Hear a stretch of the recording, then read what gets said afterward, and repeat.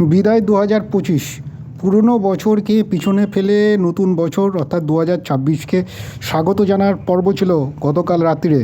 আর নববর্ষের বরণে আনন্দে ঝলমল করেছে টলিপাড়াও সমানভাবে। উৎসবের রঙের সঙ্গে মিশেছে একইভাবে প্রেমের উষ্ণতা, যেন আর লুকোনোর ইচ্ছে নেই কারোর। মূলত টলিপাড়ার দুই বহু চর্চিত জুটির দিকে তাকালে অন্তত এমনটাই উঠে এসছে।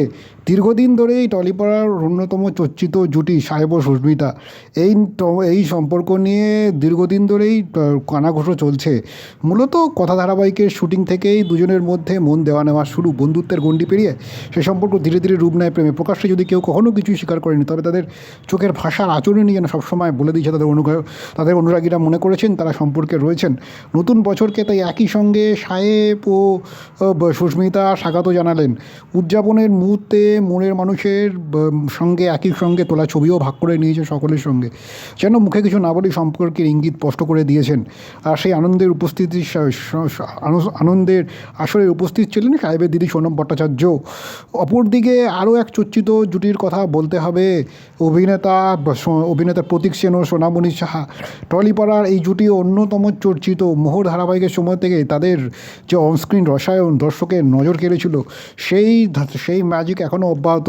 সেই রসায়ন যে শুধু পর্দার মধ্যে সীমাবদ্ধ ছিল না তা নয়, টলিপাড়ায় বহুদিন ধরেই একটা চাপা গুঞ্জন চলছে যে তাদের মধ্যে সম্পর্ক রয়েছে। বিভিন্ন সময় বিভিন্ন রকম মুহূর্ত ধরা পড়ে সামাজিক মাধ্যমে। সব মিলিয়ে তাদের মধ্যেও যে দীর্ঘদিন ধরে সম্পর্ক আছে সেটা নিয়েও একটা গুঞ্জন দীর্ঘদিন ধরে চলছে। তবে এই গুঞ্জন নিয়ে বরাবরই সাবধানী থেকেছেন দুজনেই। সম্পর্কে নিয়ে প্রকাশ্যে কখনোই মন্তব্য না করে নিজেদের বন্ধুত্বের তকমাটাকেই বড় করে দেখিয়েছেন সাহেব, সোনামণি এবং প্রতীক। প্রেমের প্রশ্নে স্পষ্ট করে শিলমোহর বসাননি কখনো, কিন্তু বিশেষ মুহূর্ত অর্থাৎ এই বর্ষবরণের এই বিশেষ মুহূর্তে উদযাপনে একে অপরের পাশে থাকা, সব মিলিয়ে অনেকের কাছেই বন্ধুত্ব যেন অন্য ইঙ্গিতই দেয়। বছরের শেষ লগ্নে প্রতীকের সঙ্গে একেবারে অন্তরঙ্গ মিষ্টি মুহূর্ত ক্যামেরাবন্দি করে সকলের সঙ্গে ভাগ করে নিয়েছে সোনামণি। মোটামুটি কার্যত এই ছবির মাধ্যমেই তারা যেন জানান দিচ্ছে প্রেমের সম্পর্কে সত্যি সত্যিই শিলমোহর দিলেন সোনামণি এবং প্রতীক।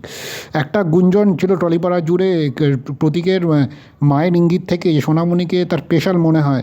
আর অনেকেই মনে করছে তাদের ঘনিষ্ঠ সূত্রে জানা যাচ্ছে সব কিছু যদি ঠিকঠাক থাকে তাহলে 2026-এর বর্ষ শেষেই কিন্তু টলিপাড়ার এই চর্চিত জুটি সাত পাকে বাধা পড়তে চলেছে। অপরদিকে একই জল্পনা উঠে আসছে প্রবলভাবে সুস্মিতা এবং সাহেবের তরফ থেকেও। তারাও নাকি এবছরই সাত পাকে বাধা পড়তে চলেছেন।